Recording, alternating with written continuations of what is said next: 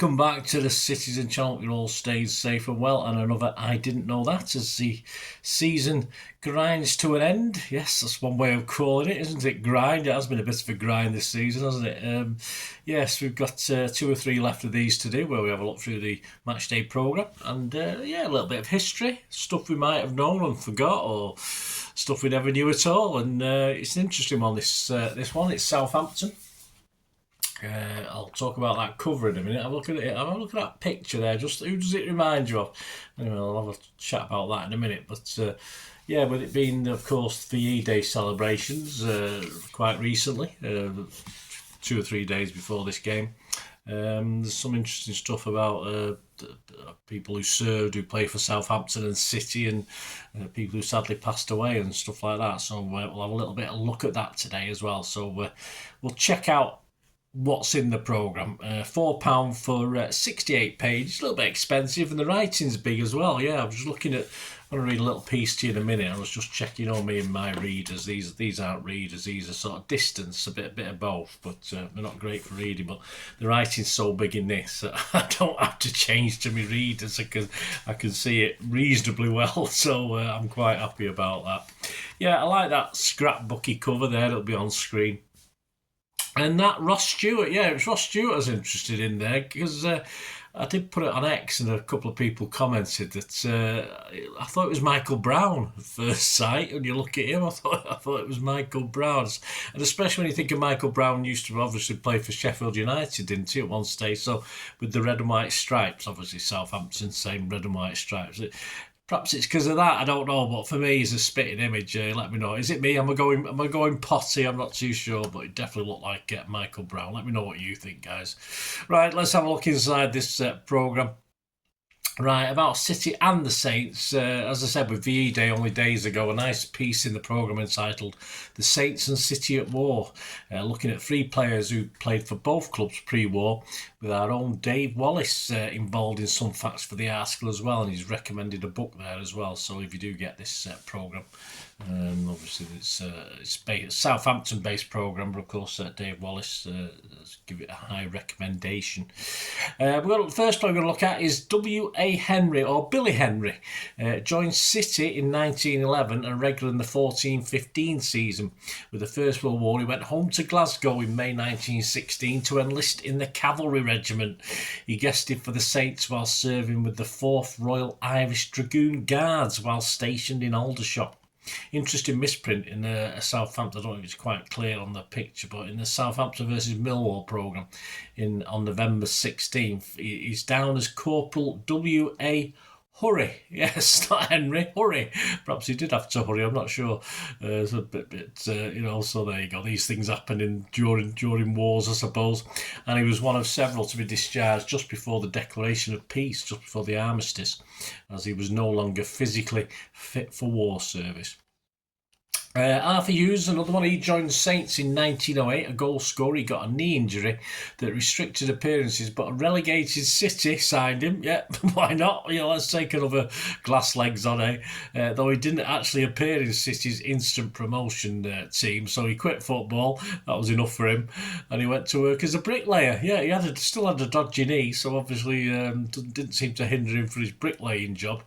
But then, oddly enough, in March 1916, he was past fit to join the Cheshire Regiment, and then months later was deemed not fully fit to serve. So a bit of an error, let's say. Perhaps the doctor who passed him had been on the source or had quotas to fill when he passed him fit to join the army. But that was Arthur Hughes. Charles Webb spent most of his formative years with the Saints till 1904-05, and then would divide his career in Scotland and in England with Manchester City. When war broke out, he was 35 and enlisted in the artillery as a saddler. Yes, and went to France in 1915. We don't know what a saddler is. Check that one out. But plenty of horses in France in 1915. Jack Goodchild kept goal for Saints just 5 times before quitting football in 1911 to work on the docks. He was probably more pay. That was a problem. He was recommended to City who would then make 300 plus appearances. Jack Goodchild included 100 wartime games and the 1926 FA Cup final. Couldn't stop us losing it though, could he? Yeah, so there you go. That was a nice. There's some more war-related stuff in a minute. On the road with the Saints looks back at 2 matchups with City from 2003-04, which I think we'll all remember that one, the last, of course, game at Main Road, and 2012. So we'll go back to this before we go with the big writing. We'll be fine. Head-to-head stats updated after this draw. Yes, sad draw. Southampton have won 33, drawn 28, and City have won 42 of the meetings. At St Mary's, yes, Southampton have won 5, drawn 4, and we won 8. So not the greatest record. A little bit better than we had at the Dell, but not fantastic. What about the Saints? Well, carrying on the VE theme, Southampton FC Remembers is a piece on those Saints players who died serving in World War II. Some included here in this tribute, just I picked out 3 or 4. Norman Catlin turned pro age 17 but made only 6 appearances before quitting full-time football as a shipping clerk, though he did play as a shipping clerk, though he did play part-time for the Southampton A team. He served in the Royal Navy aboard HMS Gloucester. As able seaman, Catlin was one of 722 men killed in action out of a crew of 807 when Stuka dive bombers attacked the ship off Crete in May 1941. Charlie Sillett made almost 200 appearances for the Saints in 6 different positions. He was a busy lad. He was a Royal Naval gunner on the SS Corvus in February 45, and the ship was torpedoed and sunk off the coast of Cornwall, and Charlie went down with the ship. Alec Campbell had 3 spells with the Saints. The final one ended with the suspension of war in 1915. He was commissioned as a second lieutenant lieutenant, is that American lieutenant? British, I don't know, a lieutenant, let's say, in the artillery, and went to France in the last year of the war, 1918. He survived the war and played regularly until 1926. He served, though, in World War II and died in service in June 1943 of pneumonia. The last one we're going to look at, Sid Guerin. He had 3 games for Southampton in 1936. He joined the Royal Engineers No. 1 Parachute Squadron and dropped into Holland in September 44. A bridge too far, we remember this, don't we? He would die in Arnhem guarding one of the vital bridges. Holed up in a school, he took a fatal wound when shot in the mouth. His body was recovered to the cellar, but the building was later abandoned and his body was left under rubble. And sadly, it was never recovered to a known grave. There you go, guys. So rest in peace, those and everybody, of course. Just to mention before we go back to this on the road with the Saints, for the stickers, yes, I do like it. I mean, there'll be a picture up there of them, but like little stickers in the programme, that you can take the kids, and it's good because it's a mix of history stuff, new stuff, ladies, bits about the ground. So, yeah, I like that sort of thing. You know me with anything for the kids as well, and give them a little bit of history. Mick Shannon's on one of the pictures there, which obviously big links with City, of course.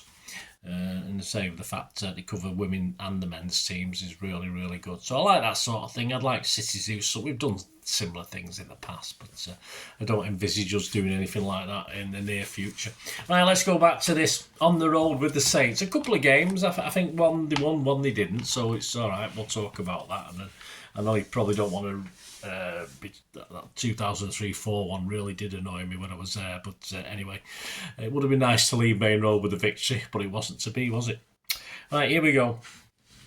You'll remember that on Sunday 11th of May 2003, the Saints visited City, who played their last game at Main Road before the move to the Etihad Stadium. All season, in order to maximise space for the home fans in the 4 main stands, away fans were seated in an uncovered temporary structure erected between the 2 stands in one corner. Now, I thought generally we had those seats. It was only this specific one because we wanted to maximise ticket sales for City fans. Now, I might be wrong, and of course they were in those seats for this one, but I think fairly sure I went in both sets of seats during that season because I had a season card, but of course my lad used to take his mate, so I used to get him a ticket for the one of the Gene Kelly stands, and then he used to have my season card, and I went to the Gene Kelly stand. So I think the Southampton guys there is saying it was all season. I'm not sure. You let me know, guys. I thought it was just occasionally or for this game, depending how many away fans were coming. So anyway, you might know better than me. It rained heavily before kick-off and continues to do so for part of the match. The City stewards issued the Saints fans with we all got them, with tubular plastic ponchos to help to keep them dry. When the match started, it wasn't long before the visiting fans were singing to the Kong. Was it the visiting fans? Yeah, singing to the conga tune, although they stopped short of dancing. We're all wearing condoms, la la la la, was a song from numerous Saints fans. Several Saints players turned to look towards the crowd. There was an amused and puzzled look at the face of our Swedish defender, Michael Svensson, who would spoil the party by scoring the only goal of the game. He did. Although still wet, the Saints fans stayed to watch the City farewell party which followed the match. And when they did leave, there was a pleasant memory as the coaches left. Despite the fact the Saints had won 1-0, many Manchester City fans stood and applauded, putting their thumbs up and mouthed messages of good luck. They were wishing us well for the FA Cup final on the forthcoming Saturday against Arsenal. I'll be there. Be there, give him say good luck. Yeah. It makes a change rather than going like that, isn't it? That's it anyway. What about the first game? It also took place on a Sunday over 9 years later on 19th of August 2012. The Saints' first fixture on their return to the Premier League was against the champions at the Etihad.